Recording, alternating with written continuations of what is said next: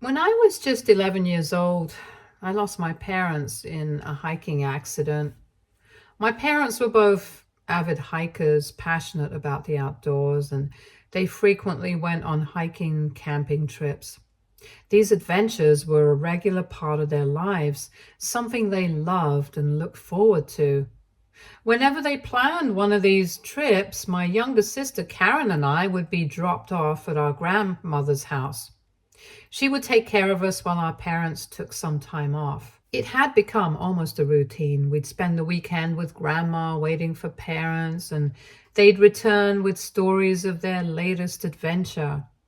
But one day, something went terribly wrong.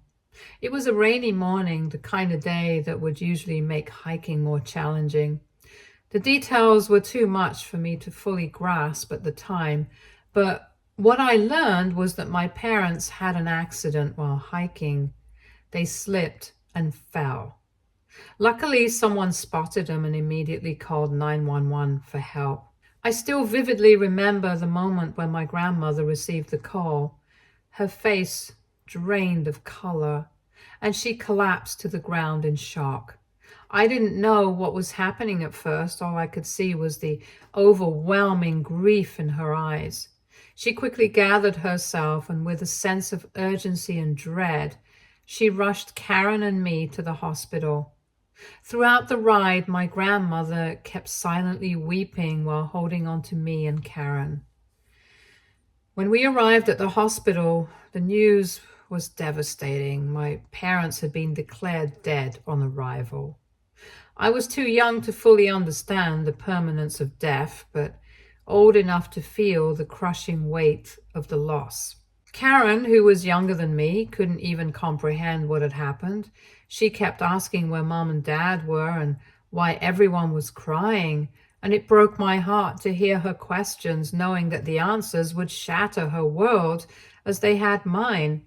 Losing our parents at such a young age was an unbearable tragedy. It felt like the ground had been ripped out from under us, out of nowhere. The funeral was a blur of grief, with relatives gathering to help us say goodbye to our mom and dad. But as the initial shock wore off, a harsh reality began to set in. None of our relatives were willing to take us in. They all had their own lives, their own kids, their own challenges, and though they were there to support us in those immediate days, none of them could see themselves raising two young children. In the midst of all this, it was my grandmother who stepped up. She was the only one who didn't hesitate, the only one who, despite her own grief and the challenges ahead, agreed to take on the responsibility of raising both me and Karen. She didn't give up on us and agreed to fill the role of both mother and father, nurturing us, guiding us, and holding us together over the years. Financially, things were tight. Our parents hadn't left much behind. They didn't have a lot of savings. Whatever little they had managed to save was carefully set aside for our future, particularly for Karen's and my college funds. My mother had also left behind some jewelry, originally belonging to my grandmother, which was meant to be passed down to Karen and me when we got married. My grandmother kept the jewelry secure for us in a safe. Meanwhile, my grandmother, who was still working as a librarian at the local library, did what she could to make ends meet. Her job didn't pay much, but she was incredibly resourceful. Thankfully, she had inherited some money over the years after my grandfather and other members of her family had passed away, and that helped to cover the basics, but it wasn't enough. Sometimes when things were particularly tough, she'd reach out to my mother's older brother, our uncle. He would send over whatever money he could spare to help pay for our groceries or other necessities. It was never a lot, but every little bit helped. Even with this assistance, life was far from easy. We were just scraping by, living day to day, stretching every dollar as far as it would go. Through all of this, I never felt the need to complain. I understood, even at a young age, just how much my grandmother was sacrificing to take care of us. She was doing everything in her power to ensure that we were fed, clothed, and had a semblance of normalcy in our lives despite the immense loss we had all suffered. Her strength and resilience was something I admired deeply. She was holding our broken world together with sheer willpower, and I knew it wasn't easy for her. Karen, on the other hand, struggled much more to adapt.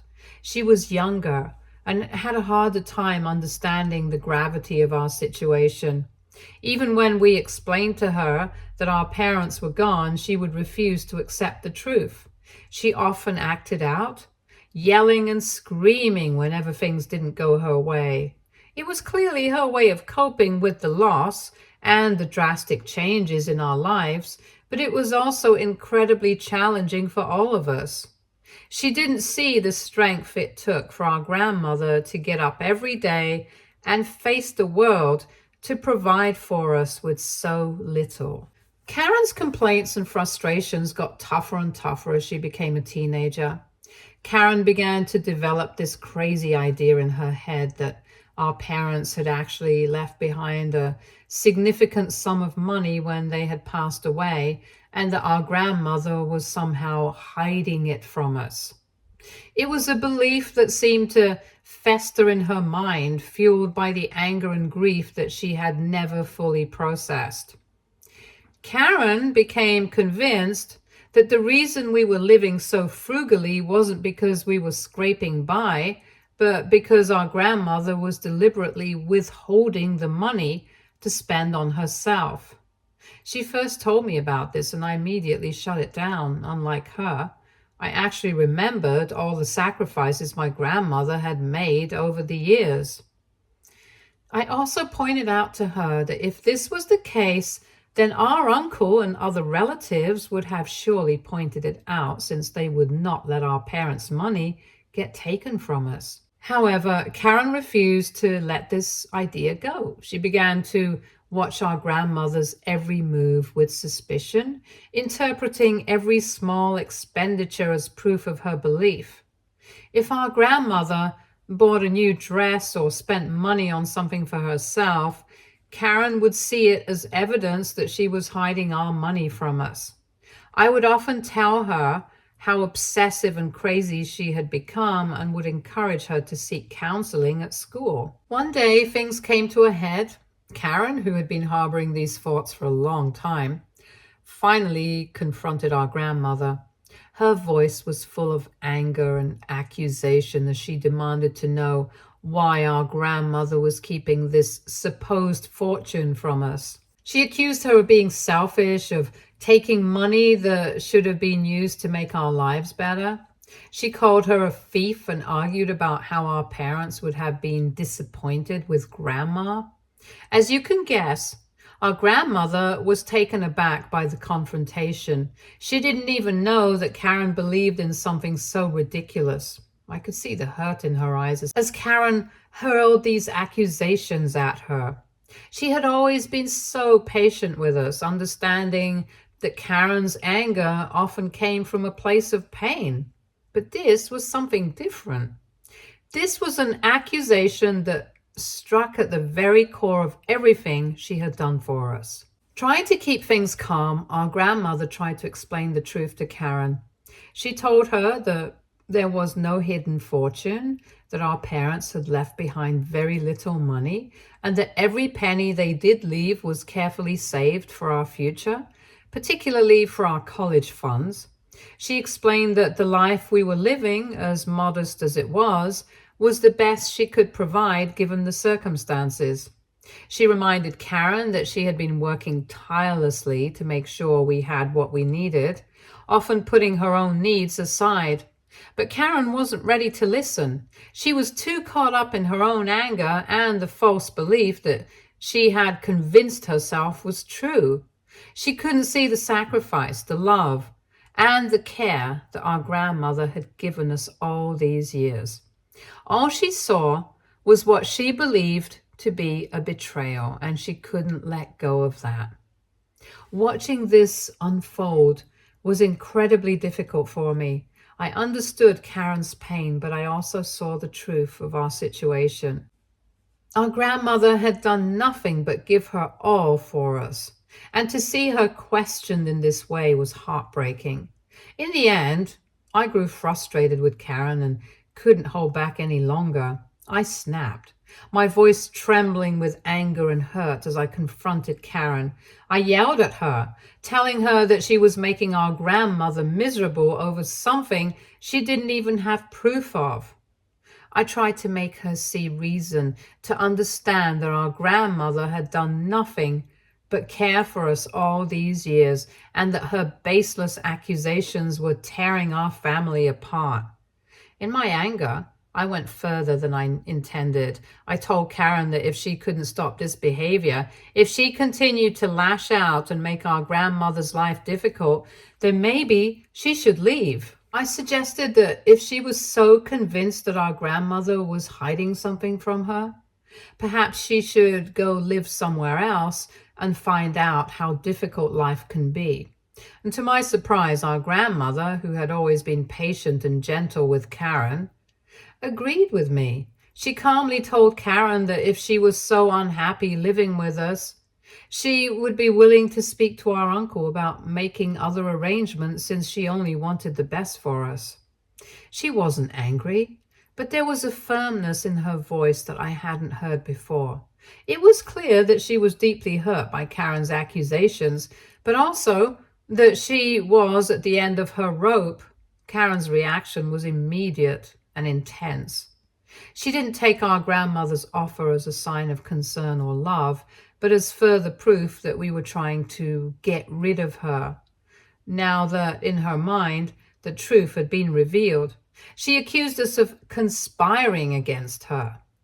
It was at this point that both my grandmother and I started to realize that this was more than just teenage rebellion or grief. Karen's behavior had become increasingly erratic and paranoid, and it was clear that she needed more help than just counseling. What had started as frustration and anger had turned into something much more concerning. Her accusations, her belief in this non-existent conspiracy, and her refusal to accept any reassurance or comfort were signs that something was seriously wrong. It was frightening to realize that Karen might be struggling with a deeper mental health issue, something that required professional intervention. The idea that my sister, who had already been through so much, might be suffering in ways we couldn't fully understand was terrifying. Our grandmother reached out to my uncle, and both of them began looking into psychiatrists and more intensive treatment options for Karen. It wasn't long before they found a psychiatrist who took the time to understand Karen's behavior and the underlying issues driving it. After several evaluations, my sister was diagnosed with borderline personality disorder and depression. The diagnosis was a shock for us, since we had no idea that Karen was going through so much. The psychiatrist prescribed a range of medications aimed at stabilizing her mood swings and helping her manage her depression. He also spent time educating us, especially our grandmother, on how to deal with Karen's mood swings, how to communicate with her, and how to support her without exacerbating her condition. It was a lot to take in, but our grandmother, with her usual determination and love, embraced it all. She never wavered in her commitment to Karen, even after everything that had happened. Despite the diagnosis, Karen never once apologized for the hurtful accusations she had made towards Grandma. My grandmother, ever patient and forgiving, never held this against Karen. She forgave her completely and focused on providing the care and support Karen needed without expecting anything in return. As the years went by, I wish I could say that Karen worked hard to improve and that she took steps to manage her condition and to build a life for herself. But the reality was more complicated, as she often resorted to harmful coping mechanisms. One of the most concerning behaviors was her tendency to steal. which seemed to be a way for her to cope with her mental illness or perhaps an attempt to gain some control in her life. It wasn't uncommon for Grandma to notice small amounts of money disappearing. If she had a few dollars lying around, it would mysteriously vanish within hours. Karen would snoop around the house, always on the lookout for cash or valuables that she could take. This wasn't just a one-time issue. It was an ongoing problem that Grandma and I had to deal with regularly.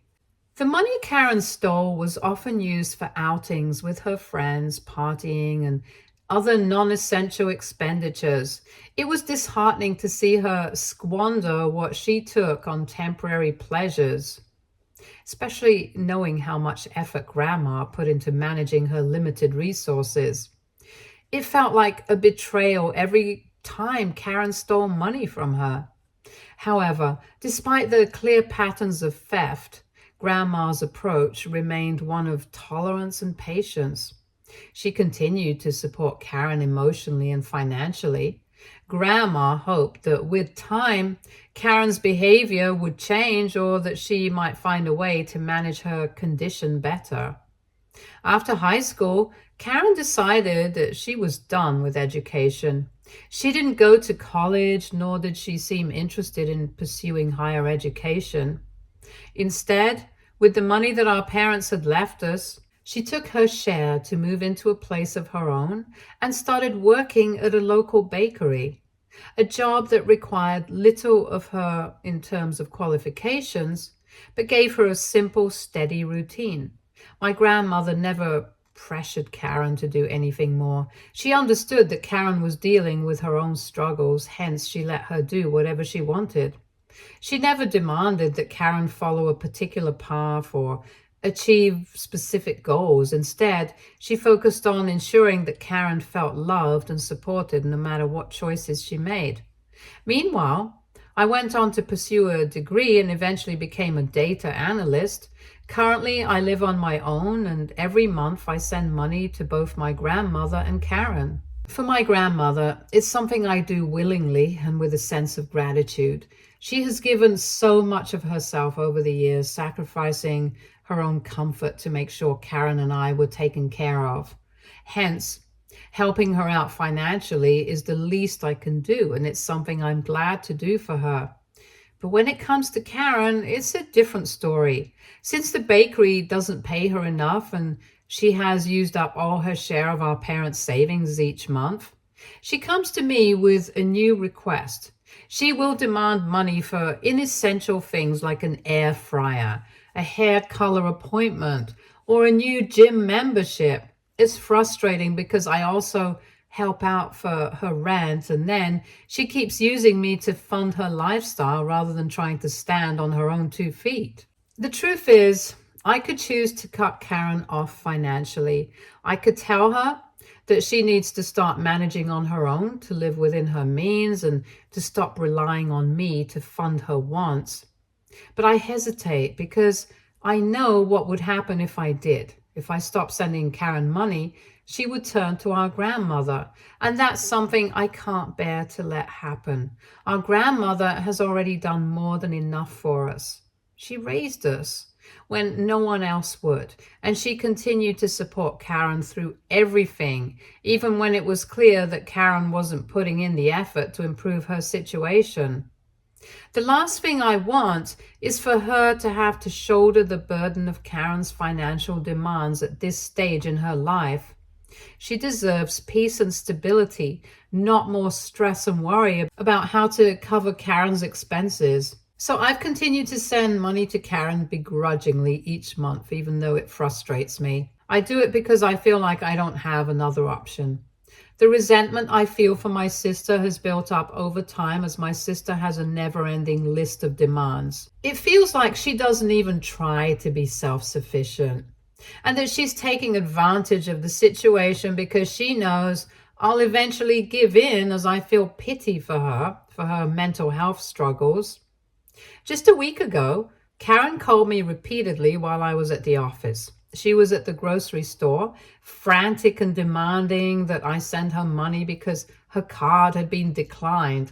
I was in the middle of work, and the last thing I needed was this kind of distraction. My first instinct was to hang up on her. I've been dealing with her constant requests for money for so long now that it's become exhausting.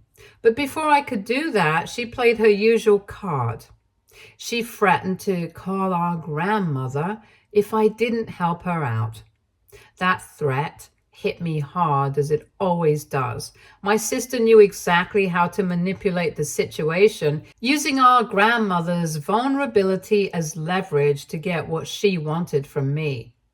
I transferred the money and asked her to not contact me again for money, at least for a couple of days. Karen simply scoffed at me and disconnected the call rudely. This week marked a special occasion, our grandmother's 80th birthday. Some of her relatives had organized a small birthday party for close family members and friends. I was really looking forward to it, not just because it was a milestone birthday, but because it had been so long since I had seen my grandmother in person. We kept in touch regularly over the phone, but nothing compares to being there in person, especially for such an important day. When I arrived at the venue, I noticed Karen was already there talking with some of our cousins. She barely acknowledged my presence, offering just a cursory glance before turning back to her conversation. It stung, but I decided to let it go for the sake of the day. My priority was to celebrate with our grandmother anyway, so I ignored her and went straight to give my grandmother a big hug. Seeing her smile and feeling her embrace after so long made everything else fade into the background. As the party went on, we sang "Happy Birthday" and gathered around to help her cut the cake. The room was filled with laughter and the warmth of family, all there to celebrate the incredible woman who had been such a pillar of strength for so many of us.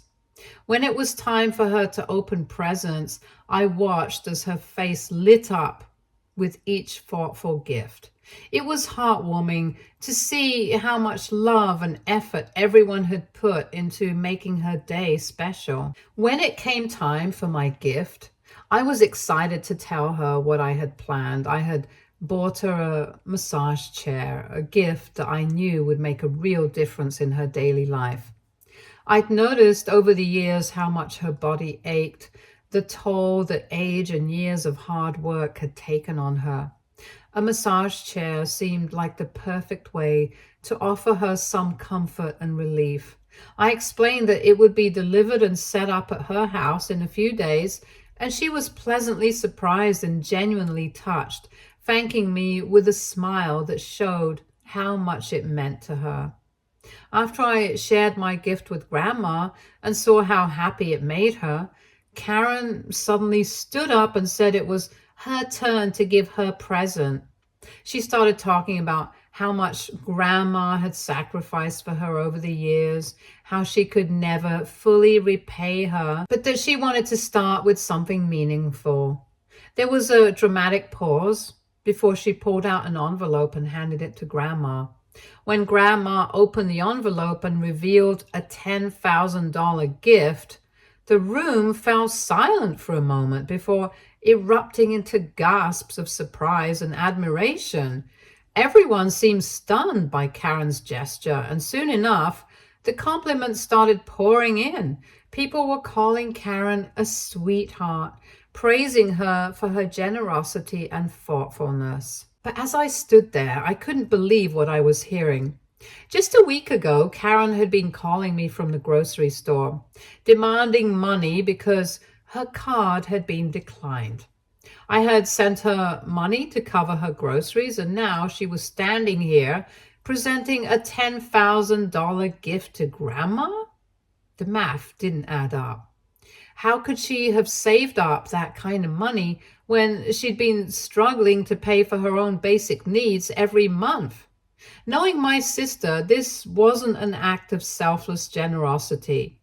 Karen had always been focused on money. She was the one who constantly accused Grandma of hiding some non-existent inheritance. And she was always asking me for more. The idea that she would suddenly give away such a large sum of money out of the goodness of her heart didn't sit right with me. The whole situation felt off, like there was something fishy going on beneath the surface. There had to be more to this story, and I decided not to say anything at that moment.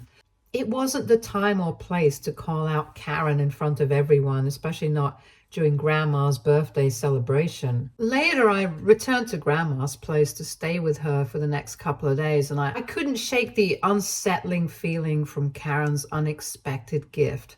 I decided to ask Grandma if she had any idea where Karen might have gotten the $10,000.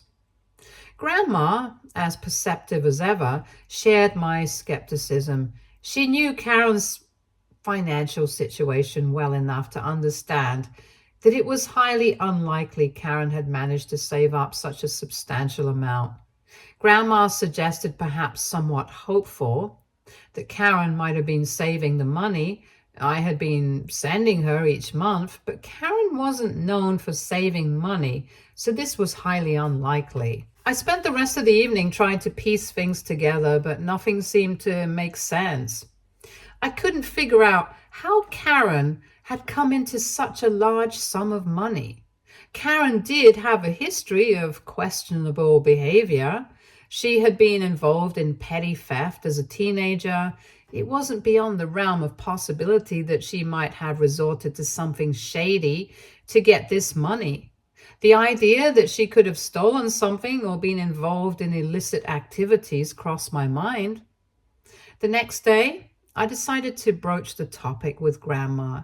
I asked her if she had noticed anything missing from the house, anything that might suggest Karen had taken something.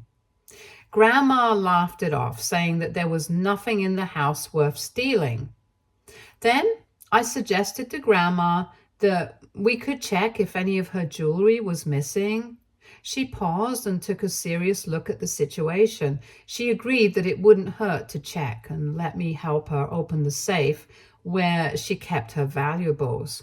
As she rummaged through the contents, her face grew more concerned until she finally confirmed that some of the jewelry, specifically pieces that had belonged to my mother, were indeed gone. I asked her to double check just in case. Grandma was certain about it since she kept track of everything that she had kept inside her safe. She was adamant that they were missing. I asked her if Karen could have taken them as she came to visit her frequently, and Grandma agreed that it was a possibility. Grandma asked if I could confront Karen about it, since she was the only one who could have gotten access to the safe and the jewelry. Feeling a mix of anger and urgency, I called Karen. I confronted her directly about the missing jewelry, and she initially tried to deflect and downplay the situation. She seemed almost nonchalant, as if it were no big deal, but as I pressed her and threatened to file a case on the missing jewelry, her attitude shifted, and she admitted that she had indeed taken the jewelry. She explained that since she had been visiting Grandma regularly, she had learned the safe's password and used it to take the items. I was furious and yelled at her. She argued that the jewelry had been rotting in the safe and that by selling it, she had put it to good use. She went on to admit that she had used the proceeds to fund her own needs and wants. The $10,000 she had given Grandma was part of that money, while the rest was spent on herself. The sheer audacity of her actions left me stunned. When I demanded that she return the money, since the jewelry belonged to both me and her, Karen refused. She defended her actions by accusing me of being selfish, claiming that I was trying to be greedy when I already had so much for myself. I reminded her that I had been sending her money every month, even though she was an adult, when she had no qualms about betraying me. Karen argued that I didn't understand the situation and insisted that she needed the money more than I did. Since then, I've been considering contacting the police about the matter. AITA if I call the cops on my sister for stealing my mother's jewelry. Update 1. Thank you everyone for confirming what I already knew I should be doing in this situation. Just to clarify, my grandmother is also upset with Karen and has tried to contact her. But my sister is avoiding her calls since she already knows what she's going to say to her. It seems that Karen only gave money to Grandma, possibly out of guilt, hoping that by giving $10,000 to Grandma, she could somehow absolve herself of the wrongdoing. Update 2. Today I went to my sister's house with the police.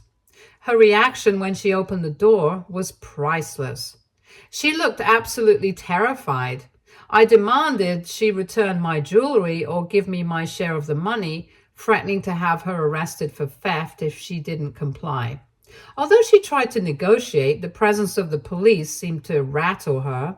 She agreed to give me some of the money she had left from selling the jewelry and promised to pay the rest within a few days.